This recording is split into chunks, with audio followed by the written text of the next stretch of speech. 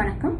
நான் doctor jasmine eleven, public health specialist, Mahila Congress மாநில பொதுச் செயலாளர். மகாத்மா காந்தி தேசிய ஊரக வேலை உறுதி திட்டம், இது மக்களிடையே 100 நாள் வேலை திட்டம் என்று பிரபலமாக அழைக்கப்படுகிறது. இந்த திட்டமானது கிராமப்புறங்களில் உள்ள உடல் உழைப்பை மேற்கொள்ள விரும்பும் ஒவ்வொரு குடும்பத்தாருக்கும் ஒரு நிதியாண்டில் குறைந்தபட்சம் 100 நாட்கள் ஊதியத்துடன் கூடிய வேலைவாய்ப்பை உறுதி செய்வதே இந்த திட்டத்தின் முக்கிய நோக்கம். மகாத்மா காந்தி தேசிய ஊரக வேலைவாய்ப்பு உத்தரவாத திட்டம் என்று அறியப்படும் மகாத்மா காந்தி தேசிய ஊரக வேலைவாய்ப்பு உத்தரவாத சட்டம் என்னும் இந்த சட்டமானது 2005ஆம் ஆண்டு ஆகஸ்ட் 25ஆம் நாள் இயற்றப்பட்டது. 2009ஆம் ஆண்டில் மகாத்மா காந்தி எனும் சொல் இந்த சட்டத்தின் முன்பாக இணைக்கப்பட்டது. இது இந்திய அரசியலமைப்பு சட்டத்தில் உள்ள அரசு நெறிமுறையை கொள்கையில் 41வது சரத்தின் கீழ் வரும் வேலை உரிமைக்கான ஆதாரமாக கொண்டது. உலக வங்கியானது இதன் 2014ஆம் ஆண்டிற்கான உலக மேம்பாட்டு அறிக்கையில் இந்த திட்டத்தை கிராமப்புற வளர்ச்சிக்கான மிக முக்கிய உதாரணம் என்று குறிப்பிட்டுள்ளது. ஏழை மக்களின் வாழ்வாதாரத்தை உயர்த்துவதுடன் கிராம மக்களின் சாலைகள், ஏரி தூர்வாறுதல் போன்ற நிலையான சொத்துக்களை உருவாக்குதல் ஆகியவை இந்த திட்டத்தினுடைய முக்கிய அம்சமாகும். இந்த திட்டத்தின் கீழ் விண்ணப்பிக்க 18 வயது நிரம்பியிருக்க வேண்டும். கிராமப்புறத்தில் வசிக்கும் எந்த ஒரு நபரும் இந்த திட்டத்திற்காக தங்களை விண்ணப்பிக்கலாம். இந்த திட்டத்தில் பதிவு செய்ய பெயர், முகவரி மற்றும் புகைப்படத்துடன் உள்ளூர் கிராம பஞ்சாயத்து அலுவலகத்தில் விண்ணப்பிக்க வேண்டும். வேலை அட்டை, அதாவது ஜாப் கார்டு என்பது இதை விண்ணப்பித்த 15 நாட்களுக்குள் அந்த வேலை அட்டையானது வழங்கப்படும். இந்த அட்டை 5 ஆண்டுகளுக்கு ஒரு முறை புதுப்பிக்கப்பட வேண்டும். இந்த திட்டத்தின் முக்கிய அம்சங்கள். இந்த திட்டத்திற்கான சம்பளம் எவ்வளவு என்றால், தமிழ்நாட்டில் 2005 முதல் 2006 நிதியாண்டிற்கான தினசரி ஊதியம் ரூபாய் 336 நிர்ணயிக்கப்பட்டுள்ளது. இதை அந்த இடத்தில் விண்ணப்பதாரர் வசிக்கும் 5 கிலோமீட்டர் தொலைவுக்குள் வேலை வழங்கப்படும். இதற்கான உதவித்தொகையானது வேலை கேட்டு விண்ணப்பித்த 15 நாட்களுக்குள் வழங்கப்படாவிட்டால் விண்ணப்பதாரர்கள் வேலையின்மையை உதவித்தொகை பெற அவர்கள் தகுதியானவர்கள் ஆவார்கள். பெண்களின் பங்களிப்பு. பயனாளிகளில் குறைந்தபட்சம் 1/3 பங்கு, அதாவது 33% பெண்களாக இருக்க வேண்டும்.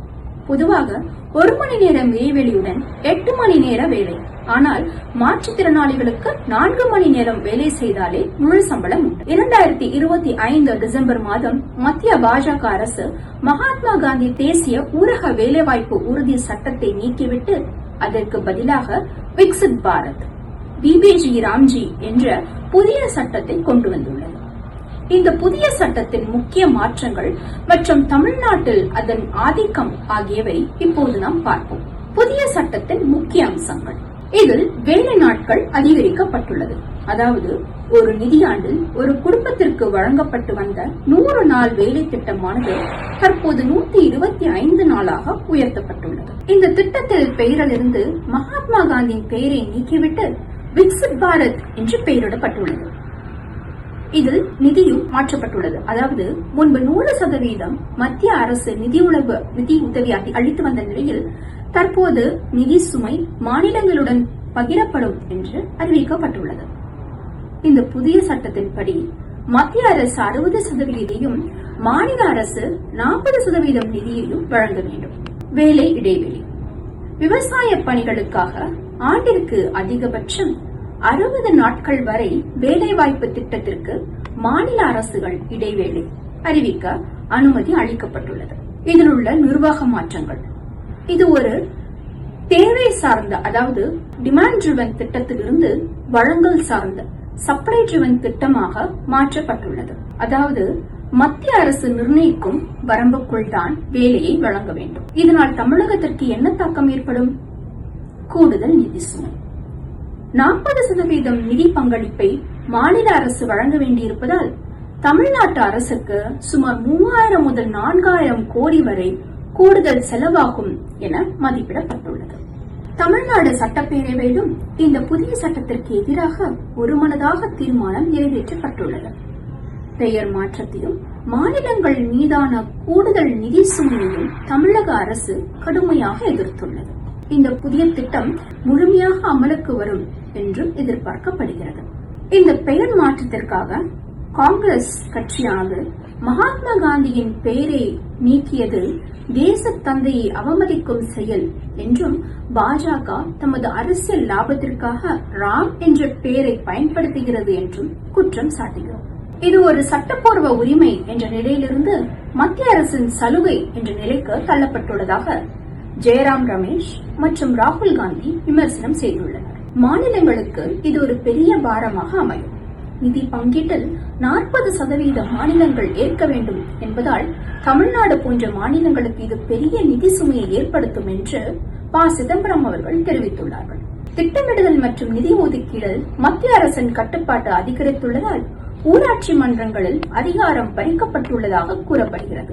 விவசாய காலங்களில் 60 நாட்கள் வேலை வழங்கப்படாது என்ற விதி ஏழை தொழிலாளர்களுக்கு பேரம் பேசும் சக்தியையும் அது குறைத்துள்ளதாக எதிர்க்கட்சியினர் அஞ்சுகின்றனர். இதை எதிர்த்து காங்கிரஸ் நாடு முழுவதும் 45 நாட்கள் பச்சோ சங்கார யாத்திரை என்ற போராட்டத்தை முன்னெடுத்து வருகிறது. மக்களவை எதிர்க்கட்சி தலைவர் ராகுல் காந்தி அவர்களும் இந்த புதிய சட்டத்தை கடுமையாக விமர்சித்துள்ளார். ஏழைகளின் உரிமை பறிப்பு, அதாவது MGNREGA என்பது மக்களின் உரிமை சார்ந்த திட்டம். ஆனால் இந்த புதிய சட்டம் என்பது இந்த உரிமையை பறிப்பது, மக்களை அதிகாரிகளிடம் கையேந்த வைப்பதாக ராகுல் காந்தி அவர்கள் குற்றம் சாட்டியுள்ளார்கள். கிராம பஞ்சாயத்துகளில் இருந்த அதிகாரத்தை பிடுங்கி டெல்லியில் உள்ள மத்திய அரசிடம் அதிகாரத்தை குவிப்பது கிராமப்புற ஜனநாயகத்திற்கு எதிரானது என்றும் அவர் கூறியுள்ளார். முன்பு கொண்டுவரப்பட்ட 3 வேளாண் சட்டங்களைப் போலவே இந்த சட்டமும் தொழிலாளர்களை பாதிக்கும் என்றும், இதற்கு எதிராக நாடு முழுவதும் ஒரு போராட்டம் நடத்த வேண்டும் என்றும் அவர் அழைப்பு விடுத்துள்ளார். மகாத்மா காந்தியை பெயரின் திட்டத்திலிருந்து நீக்கியது காந்தியின் கொள்கை மற்றும் ஏழை மக்கள் மீது பிரதமர் அவர்கள் வைத்துள்ள வெறுப்பை இது காட்டுகிறது என்றும் பலரும் விமர்சித்துள்ளனர். நன்றி.